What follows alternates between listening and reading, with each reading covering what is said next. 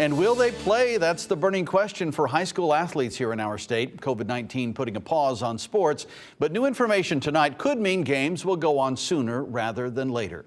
Fox 61 sports anchor Sean Pagano joins us from North Haven with some insight ahead of a meeting later this week on winter sports. Sean. Well, high schools all over the state, like right here in North Haven, have been waiting for an update on a winter sports season.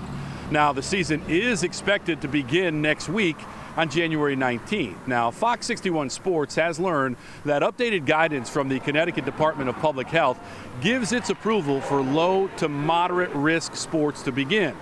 Now, a Monday morning email obtained by Fox 61 that was sent by CIAC Executive Director Glenn Lungarini to school administrators gives the thumbs up to basketball, hockey, gymnastics, swimming, and indoor track to begin conditioning and non-contact drills next week, with contests, though, starting no earlier than February 1st. Now, the DPH recommended high-risk sports, wrestling, competitive cheer and dance, not hold matches, rather only small group interaction for the winter season. Now, masks must be worn by anyone involved, including during action, and social distancing is a priority.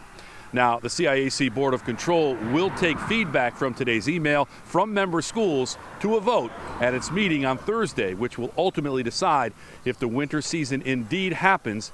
But this situation is fluid. Stay with Fox 61 as this story continues to develop. We'll have more in sports, along with the UConn men's basketball game at DePaul a little later on in the hour, so we'll see you then.